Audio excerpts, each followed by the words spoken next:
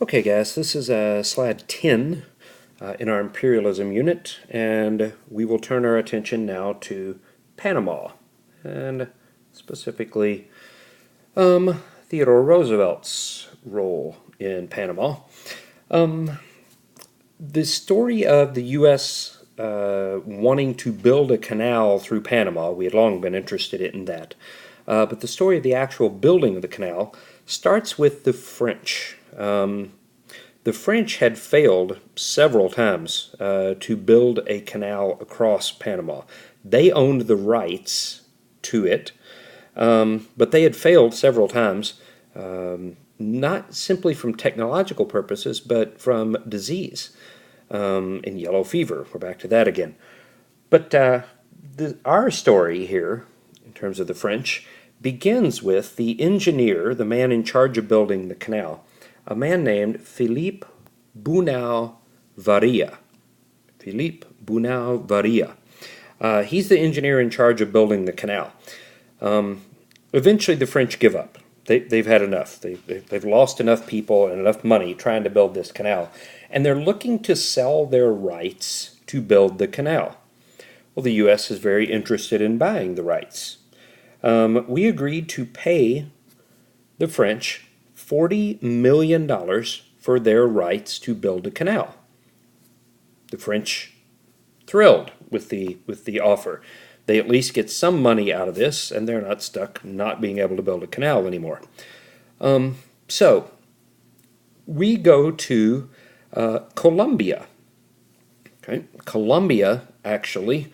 If you look at the map here, okay, if you think this is Panama, there's the canal that runs through it. There's a lake in the middle.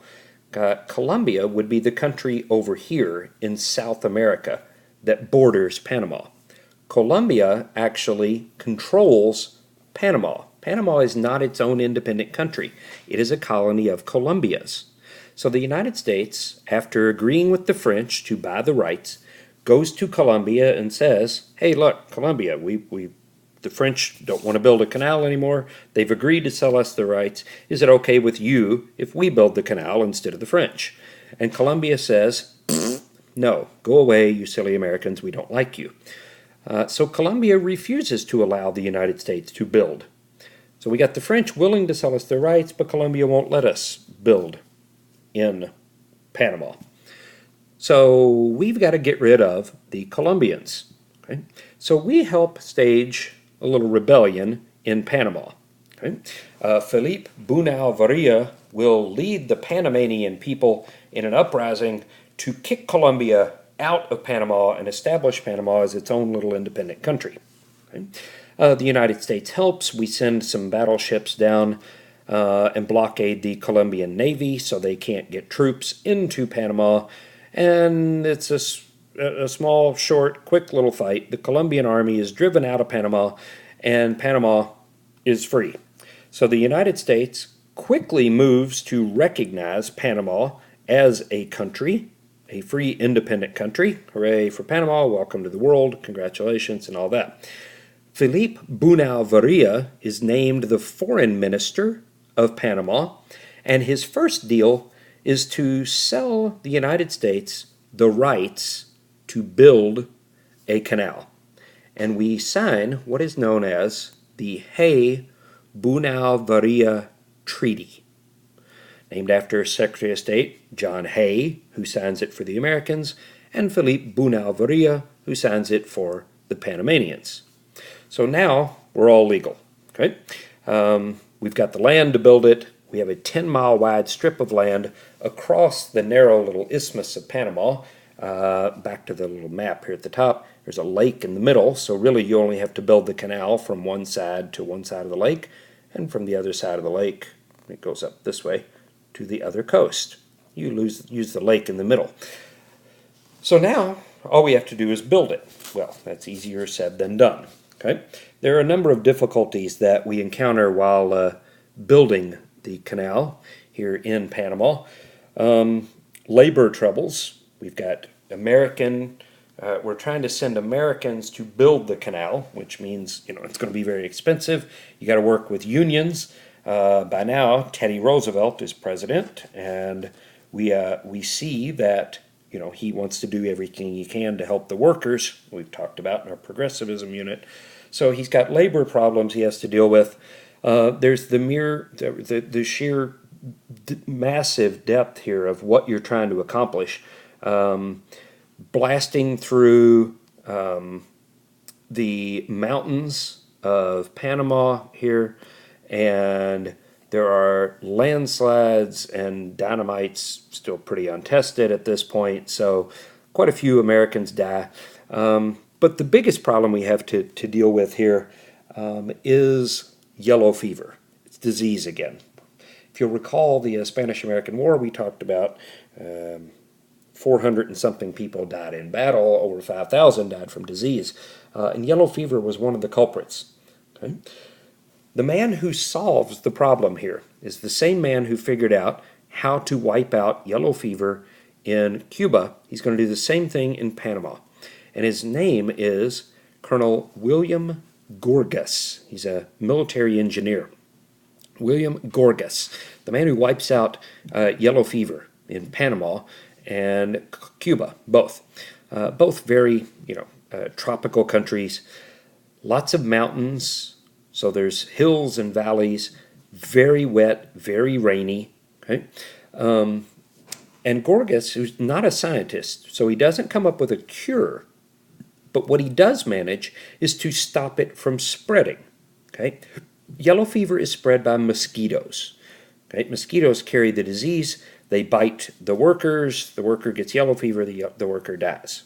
Okay. What Gorgas figures out is not how to cure it, but how to stop it from spreading. He says, look, we can't kill the mosquitoes, except one at a time. And there are billions of little mosquitoes flying around. So one guy with a fly swatter is not going to do it. Right? What he says is we have to stop the mosquitoes from breeding. Because if we stop the mosquitoes from breeding, they will die out, and then there won't be anything left to spread the disease. He just sort of works backwards here. Mosquitoes breed in stagnant water, so water that's standing still. They can't breed in flowing water. They need still water. And in a mountainous tropical country, you get a lot of high and low places, and water collects in the low places. So he says, we've got to fill in these low places. Once we do that, we'll eliminate the standing water, and once we eliminate standing water, we eliminate the breeding ground for the mosquitoes. So where are we going to get all this dirt to fill in all these low places where all this water is collecting? From the giant ditch we're digging through Panama. Use the dirt from the canal to fill in the low places, and once you wipe out the mosquitoes' breeding ground, you wipe out the mosquitoes, and yellow fever along with it. So it's a simplistic but brilliant plan. Here you see in the picture down here, again, there's Gorgas there, this big steam shovel here used to scoop huge pieces of land out. The guy in the middle, that's Teddy Roosevelt, right there. President Roosevelt goes to Panama to personally check on the progress of the building of the canal. When Roosevelt goes to Panama, he becomes the first president to leave the country while in office. Other presidents had traveled, but it was after they were done being president. Roosevelt goes to Panama to oversee the canal construction for a while and wants to run the big steam shovel here. So he takes a seat there and takes his turn running the steam shovel.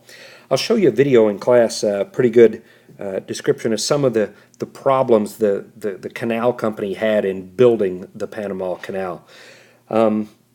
But in spite of all the obstacles and the difficulties they had to overcome, the project came in under budget and under time. Two things that never happens with government projects. It was completed in 1914 at a cost of $400 million. And that was actually under what they thought it was going to cost. But completed just in 1914, just in time for what major world event that we're going to be talking about next? World War I. It was urgent that the United States be able to move its naval fleet back and forth from the Pacific to the Atlantic and the Panama Canal is going to allow that to happen. So we'll talk about it in class. We'll use the big awesome map. And we'll talk about why it is so important that the Panama Canal gets built, why it gets built, where it does. There was a fallback option in Nicaragua if we couldn't get it done in Panama, but Panama was the preferred one. And we'll look at why when we look at the map and the video in class. All right, so that finishes up slide 10 here. Leaves us with just one more. We'll talk about Teddy Roosevelt's influence in imperialism and foreign affairs coming up next.